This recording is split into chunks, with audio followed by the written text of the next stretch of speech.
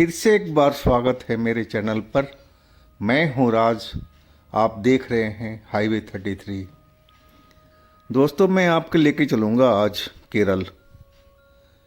केरल नारियल के लिए प्रसिद्ध है और मसालों के लिए प्रसिद्ध है और बहुत ही हरियाली भरा प्रदेश है। तो चलते हैं दोस्तों आज की कहानी की ओर। आज की जो कहानी है ये ट्रक ड्राइवर नरेंद्र जी का है और उनके साथ में उनका असिस्टेंट पंकज की है। ये उनके साथ में जब घटित हुआ था साल 1994 की यह बात थी। नरेंद्र 28 साल के थे और जो असिस्टेंट पंकज थे 21 साल के करीब के पंकज थे। तो चलते हैं दोस्तों हाईवे 33 के एक सफ़र पर। लेकिन दोस्तों, आपने मेरे चैनल को सब्सक्राइब नहीं किया है तो कर लीजिए और साथ में बेल आइकन को ज़रूर पुश कर दीजिएगा ताकि वीडियो का नोटिफिकेशन आपको मिलता रहे। दोस्तों, मेरा नाम नरेंद्र है और मैं यूपी का रहने वाला हूँ। हम अपना ट्रक लेकर के केरल पहुँचे थे केरल, और वहाँ से त्रिशूर के पास में थे। त्रिशूर से हम कोचीन के साइड में जा रहे थे। रात का टाइम था और थोड़ा भाषा की समस्या थी और हम एक जगह पर रास्ता भटक गए थे। जो हमें रोड पकड़ना चाहिए था उस रोड को हम छोड़ चुके थे और दूसरे रोड पर आ गए थे जो पता नहीं कहाँ जाती थी। मेरे साथ में मेरा असिस्टेंट पंकज था। पंकज 21 साल के आसपास का लड़का था, सुंदर लड़का था, मेहनती भी था, लेकिन भाषा की समस्या हम दोनों के साथ में लगी हुई थी। हमने उस जगह पर जहाँ हमें दाएं मुड़ना था हम उस जगह पर बाएं मोड़ दिए थे। ये बोर्ड तो लगा हुआ था लेकिन वो भाषा मुझे समझ नहीं आई थी। अगर इंग्लिश में होता तो मैं ज़रूर समझ लेता। और रात के आधी रात के वक्त अब हम किससे पूछने जाएं कि ये रोड कहाँ जा रही है, और वही हमने गलती कर दिया था और हम बाएं मुड़ गए थे। रोड पूरा खाली था, पूरा दूर दूर तक खाली खाली सा रोड दिख रहा था, अंधेरा ही अंधेरा था। नारियल के लंबे लंबे पेड़ हर जगह दिखाई पड़ रहे थे, जंगल भी दिखाई पड़ रहा था। हम लोग चलते जा रहे थे। ट्रक की हेडलाइट की रोशनी अंधेरे को चीरती हुई और हम ट्रक को आगे बढ़ाए जा रहे थे। उस जगह से हम लोग करीब 4-5 या 6 किलोमीटर आगे चले होंगे, तभी सड़क पर एक सफ़ेद रंग की कार दिखाई पड़ी। वो कार सड़क के बीचों बीच में खड़ी थी। मैं हॉर्न बजाना शुरू कर दिया ताकि जो कार का ड्राइवर है वो साइड में कर ले अपना कार, लेकिन हॉर्न का असर उस पर कुछ भी नहीं हो रहा था। मैं हेडलाइट का डीपर का भी प्रयोग कर रहा था लेकिन कोई फ़र्क नहीं पड़ा उस ड्राइवर के ऊपर में। हम बिल्कुल कार के पास में पहुंच गए थे, ब्रेक लगाना पड़ा। और जब हमने देखा हेडलाइट की रोशनी में तो कार में कोई दिख नहीं रहा था, ना ड्राइविंग सीट पर ना कोई सवारी के सीट पर। आखिर ये आधी रात के वक्त में कार सवार, ड्राइवर या सवारी ये लोग कहाँ गए, और वो भी बीच सड़क में अपनी कार छोड़ करके। हम आश्चर्य में पड़े हुए थे। पंकज बोला, उस्ताद मैं देख के आऊँ क्या? मैं कुछ बोल नहीं पा रहा था कि मैं क्या बोलूँ। मैं हॉर्न दिए जा रहा था और आसपास में देख रहा था कि कहीं लोग बाथरूम वगैरह तो नहीं करने गए हैं। मैं हॉर्न बजाए जा रहा था, डिपर हेडलाइट का दे रहा था, लेकिन कहीं से कोई दिखाई नहीं पड़ा, ना कोई आवाज़ आई। तब तक पंकज नीचे उतर चुका था गेट खोल करके। मैं बोला पंकज पंकज, लेकिन पंकज कार की तरफ बढ़ गया था। मैं अपनी ड्राइविंग सीट पर ही था। मेरा इंजन स्टार्ट था, हेडलाइट जल रही थी। पंकज कार के पास में जाकर के कार के अंदर झांकने लगा था और शायद वहाँ पर कोई अंदर में दिखाई नहीं पड़ा, तो मेरी तरफ हाथ का इशारा कर दिया घुमाते हुए कि मतलब कार में कोई नहीं है। मैं उसकी बात को समझ गया था और फिर वो साइड में देखने लगा कि आखिर ये कार का ड्राइवर या जो सवारी हैं वो कहाँ गए। वो दाएं साइड भी देख रहा था, बाएं साइड भी देख रहा था और आवाज़ भी लगा रहा था कि कोई है भाई, इस गाड़ी का कोई मालिक है, कोई ड्राइवर है। लेकिन शायद कोई नहीं था। वो फिर वापस आ गया था कार के पास में और मेरी साइड में खिड़की के पास में आ गया। बोला उस्ताद, इस गाड़ी में तो कोई है ही नहीं, पूरी गाड़ी खाली पड़ी है। मैं दाएं भी देख लिया, बाएं भी देख लिया, लेकिन कोई नज़र नहीं आया। आखिर किसकी गाड़ी है उस्ताद? मैं बोला पंकज से कि पंकज 2 मिनट इंतज़ार कर लेते हैं, शायद वो लोग कहीं बाथरूम वगैरह तो नहीं गए हैं, शायद हो सकता है कि गाड़ी में कोई हादसा तो नहीं हो गया। मेरे मन में ख्याल आया, लेकिन पंकज थोड़ा सा वेट कर लेते हैं और नहीं तो हम गाड़ी को धक्का देकर साइड में कर देंगे और हम ट्रक आगे निकाल देंगे। पंकज बोला ठीक है उस्ताद। और करीब हम 5-7 मिनट तक इंतज़ार करते रहे, लेकिन कोई भी दिखाई नहीं दिया। ना उस कार के तरफ में कोई आया, ना कार में कोई नज़र आया। पंकज फिर कार के पास में पहुंच गया था और कार के पिछला गेट के पास में खड़ा था और वो मेरी तरफ देख रहा था कि आप क्या करें, आओगे? उसका इशारा जो था हाथ का, और मैं अभी कुछ बोलता या मैं इशारा देता और तब तक मैंने देखा कि कार का पिछला जो गेट है वो खुल गया था और उसमें मुझे 2 हाथ दिखाई पड़े गोरे गोरे से, जो किसी महिला के थे। और मैं चीख पड़ा, पंकज पीछे देख, गाड़ी के साइड में देख। पंकज मेरी तरफ देख रहा था। बोला क्या उस्ताद, क्या उस्ताद? ट्रक का इंजन चल रहा था तो आवाज़ क्लियर सुनाई नहीं पड़ रही थी, लेकिन तब तक तो देर हो चुकी थी। वो दोनों हाथ पंकज को कार के अंदर खींच लिया और दरवाज़ा बंद हो गया। पंकज को समझ में भी नहीं आया होगा कि उसके साथ में ये क्या हुआ, और वो गाड़ी वहाँ से बिना ड्राइवर के चल पड़ी थी। मैं अपने सीट पर ये सब देख करके अब मुझे एक सदमा सा लग गया था कि मैंने जो देखा क्या वो सच में देखा है या कोई बुरा सपना है। कहीं भला ऐसा भी होता है क्या कि बिना ड्राइवर की गाड़ी चल पड़े, कोई सवारी ना हो पीछे में और वो गेट खुल जाए और हमारे बंदा को पकड़ लिया अंदर में? ऐसा भी होता है। लेकिन ये तो हुआ था। अब मैं एकदम सदमे में था, पसीने पसीने हुआ पड़ा था और हाथ पैर तो सूखे पत्ते की तरह कांप रहे थे।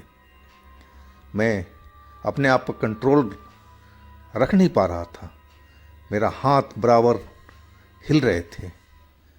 मैं चाह करके भी अपने ट्रक को उस गाड़ी के पीछे नहीं भगा पाया और कार देखते ही देखते मेरी नज़रों से गायब हो चुकी थी। मैं अब अपने आप को कोस रहा था कि आखिर मैं पंकज को क्यों नीचे उतरने दिया। है कि मैं बहुत सड़कों पर सुन रखा है कि वहाँ भूत प्रेत निवास करते हैं और ऐसे ऐसे कांड करते हैं जो आदमी के कल्पना से परे होता है। और हमारे जो उस्ताद थे वो हमेशा शिक्षा दिए थे कि बेटा जल्दीबाजी रात में बिल्कुल नहीं करना। अगर तुम्हें कोई अद्भुत या कोई ऐसी विपरीत चीज़ दिखे तो उससे दूरी रहना और उसको समझो पहले, तब उस पर कोई कार्रवाई करना। लेकिन पंकज तो जल्दी से नीचे उतर गया था। अब मुझे अपने आप पर गुस्सा आ रहा था कि मैं उसको क्यों नहीं रोका। और जो मेरे पास में आया था तो मैं उसको दोबारा ट्रक में बिठा सकता था, लेकिन मैं बोल ही नहीं पाया था। और पंकज भी जल्दी में था कि उस गाड़ी को हटाया जाए। अब तो घटना घट चुकी थी। अब मुझे समझ में आ गया था कि जो कार थी ये भूतिया कार थी, और जो लड़की थी वो भी भूत थी। अब पता नहीं पंकज को कहाँ ले गई होगी और उसके साथ में क्या कर रही होगी। और मैं जब थोड़ा सा नॉर्मल हुआ तो मैंने गाड़ी आगे बढ़ा दिया। मैं दाएं बाएं उस कार को ढूंढता हुआ चला जा रहा था। करीब 2 किलोमीटर आगे में चल पड़ा था। बाएं साइड में एक मुझे कुटिया सी दिखाई पड़ी, कच्ची झोपड़ी सी थी, और उसके आगे अलाव जल रहा था, लकड़ी का जलावन जल रहा था, उसमें लपटें निकल रही थी, और वहाँ पर एक बुजुर्ग जैसे बैठे हुए थे। मैं ट्रक वहाँ पर रोक दिया। शायद वो कोई साधु संत थे या पता नहीं क्या थे, वो तो पास में जब मैं गया तब पता लगा। जब मैं वहाँ पहुँचा तो देखे करीब 60-65 साल के वो बुजुर्ग थे, और मेरे ख्याल से वो साधु ही होंगे। ये कपड़े वैसे ही पहने हुए थे। मैं जा करके और हाथ जोड़ के राम राम किया। वो हमारी तरफ देखे, उनकी जो आंखें थी बिल्कुल लाल लाल सी दिखाई पड़ रही थी।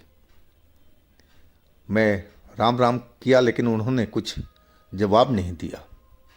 बस मेरी तरफ उन्होंने अपनी नज़रें उठा करके देखा, और उनकी आंखें देख करके मैं डर गया था कि इतनी सुर्ख लाल थी उनकी आंखें। चेहरे पर दाढ़ी थी, सर के बाल भी बड़े बड़े थे। डरावना सा लग रहे थे मुझे, कहा जाए तो। तभी वो बोले, बाहर से आए हो, नॉर्थ इंडियन हो? उनकी भाषा सुन कर के मुझे तसल्ली हुई कि बाबा ये तो जानते हैं भाषा हमारी। मैंने कि हाँ बाबा, हम नॉर्थ इंडियन हैं, और हमारे साथ में ऐसा ऐसा हादसा हुआ है। मेरा जो असिस्टेंट है पंकज, और उस कार में वो किसी ने खींच लिया है और वो गायब हो गया है। कार भी नज़र नहीं आ रही है। बाबा आपने देखा इधर कोई कार आते हुए सफ़ेद रंग की? वो बाबा कुछ देर हवा में देखते रहे, आसमान की तरफ, और फिर बोले, नहीं, इधर में वो कार नहीं आई है, ना इधर आती है वो। मैंने बोला, जी बाबा, फिर कहाँ गई? बोली, वो जो कार की मालकिन है वो बहुत दुष्ट आत्मा है, और कभी भी वो साल में महीनों में किसी दिन वो नज़र आती है कार के साथ ही, और उस दिन अपना खेल रचती है, शिकार फंसाती है, और शिकार को पहचान लेती है। अगर उसके लायक है तो कार के अंदर में खींच लेती है, और फिर वो गायब हो जाती है। उसके साथ में खेलती है, अपना प्यार करती है। जब उसका दिल भर जाता है तो फिर उसी जगह पर उस शिकार को छोड़ जाती है।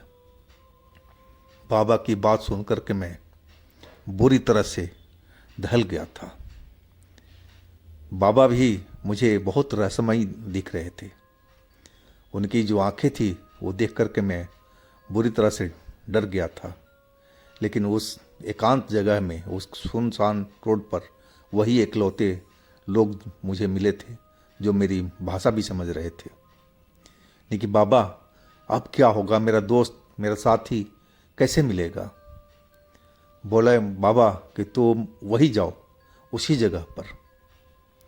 वो दुष्ट आत्मा जब उसका दिल भर गया होगा तो तुम्हारे साथी को उसी जगह पर छोड़ देगी। अगर नहीं भरा होगा तो सुबह होने का इंतज़ार करना, लेकिन रहना उसी जगह पर। वो साथी तुम्हारा ज़रूर मिलेगा, और वो भी जिंदा ही मिलेगा, क्योंकि वो किसी को मारती नहीं है। मैं बाबा की बात सुन करके थोड़ा दिल में राहत मिला कि चलो मेरा जो पंकज है वो जिंदा सही सलामत वापस मिल जाएगा। मैं बाबा से बोला कि बाबा मैं क्या आप जाऊं यहाँ से? बोले हाँ तुम जाओ और उसी जगह पर इंतज़ार करो। मैं अपना ट्रक वहाँ से अब मोड़ने लगा। मोड़ा जब मैं उस कुटिया की तरफ देखा तो जो आग जल रही थी वो भी नहीं थी, आग गायब थी और बाबा भी मुझे नज़र नहीं आए, लेकिन कुटिया ज़रूर नज़र आई थी, झोपड़ी वो ज़रूर नज़र आई थी। मैं बहुत डर चुका था, एक तो पंकज की गायब होने से और दूसरा बाबा की ये सब बातचीत सुनने के बाद में मुझे कुछ सही नहीं लग रहा था और मैं बहुत बड़ा एक मुसीबत में फंस चुका था। लेकिन बाबा ने जो बोला था अब मुझे वही करना था। मैं अपना ट्रक उसी जगह पर ले गया। जब मैं ले गया तो टाइम देखा 3:30 सुबह के बज रहे थे और वही मुझे पंकज एक जगह पर गिरा हुआ नज़र आया साइड में। मैं जल्दी से ट्रक रोक करके अब पंकज के पास पहुंचा तो पंकज बेहोश था। मैं पंकज को गोद में उठा करके और ट्रक के अंदर लेके आया और पानी का छिड़काव किया उसके चेहरे पर। तब जा कर के उसने अपनी आँखें खोला। आंखें भी उसकी एकदम लाल लाल हुई पड़ी थी और मुझे देख कर के वो एकदम आश्चर्य की तरफ देखने लगा था। यानी कि पंकज तुम ठीक हो ना? ठीक हो ना मेरे भाई? पंकज बोला हाँ उस्ताद मैं ठीक हूँ, लेकिन मेरे साथ में क्या हुआ? वो कौन थी जो मुझे अपने कार में खींच ली थी? मैंने बोला पंकज से कि यह वक्त अभी बात करने का नहीं है और शायद हम लोग गलत रास्ते पर हैं और हमें फिर वापस चलना पड़ेगा और हम वापस चलते हैं। हम उसी रोड पर थे, हमारा जो ट्रक का मुंह था वापसी की तरफ ही था। नहीं कि अब चलो सुबह हम बात करेंगे इस बारे में, तुम सही सलामत मिल गए वही हमारे लिए बहुत बड़ी बात है पंकज। और हम आगे बढ़ते गए। वो रास्ता हमें मिल गया जो मेन हाईवे था और उस पर हम चलने लगे थे। अब सुबह हो गई थी, अब ट्रैफिक भी रोड पर दिखाई पड़ रहा था। तब पंकज बोला उस्ताद मुझे कमज़ोरी बहुत हो गई है, मुझे वीकनेस बहुत महसूस हो रहा है। यानी कि हाँ तुम लेट जाओ, मैं ट्रक तो चला ही रहा हूँ, बाकी मैं बैक मिरर में देख लूँगा, कोई ज़्यादा आपकी ज़रूरत नहीं है, तुम आराम करो। बोला उस्ताद अब तो बता दो कि क्या हुआ था मेरे साथ में। मैंने सारी कहानी पंकज को बताया और मेरी बात सुन करके पंकज एकदम और डर गया था। मैंने पंकज से बोला कि अब डरने की बात नहीं है, वो महात्मा मुझे मिले थे और उन्होंने सारी बात मेरे को बताई थी और जब मैं ट्रक मोड़ा था तो वो गायब हो गए थे। अब शायद कुटिया के अंदर में हो, मैं तो जान नहीं पाया था, लेकिन जो आग जल रही थी वो भी बंद थी, बुझ गई थी, वहाँ पर कोई आग नहीं थी। अब मैं बहुत डरा हुआ था। फिर मैं दोबारा उस जगह उस बाबा के पास जाने की मेरी हिम्मत नहीं हुई थी। पंकज मेरी बात सुन कर के अब बहुत डर गया था। बोला उस्ताद वो जो दुष्ट आत्मा थी क्या मुझे और भी परेशान करेगी? मैंने बोला नहीं, बाबा तो ऐसा कुछ बताया नहीं है, वो तुम्हारे पास में बिल्कुल नहीं आएगी। मैं डराना नहीं चाहता था, लेकिन दिल में ज़रूर तसल्ली करवाना चाहता था कि पंकज के ऊपर में कोई उसका साया तो नहीं है। और वही मैं जब अपना माल वाल उतार लिया था और उसके बाद में हम वापसी आए थे, पंकज ठीक हो गया था। जब हम अपने शहर में आ गए थे तो हमने पंकज को एक मंदिर में पंडित जी से चेक करवाया था। पंडित जी बोले बिल्कुल नहीं, इस पर कोई साया नहीं है, ये स्वस्थ है, डरने की कोई बात नहीं है। तब जाके दिल में हमारी तसल्ली हुई थी। और ये घटना को तो काफ़ी साल हो गए हैं, लेकिन मैं ये घटना को याद करता हूँ तो लगता है जैसे कल की ही बात हो।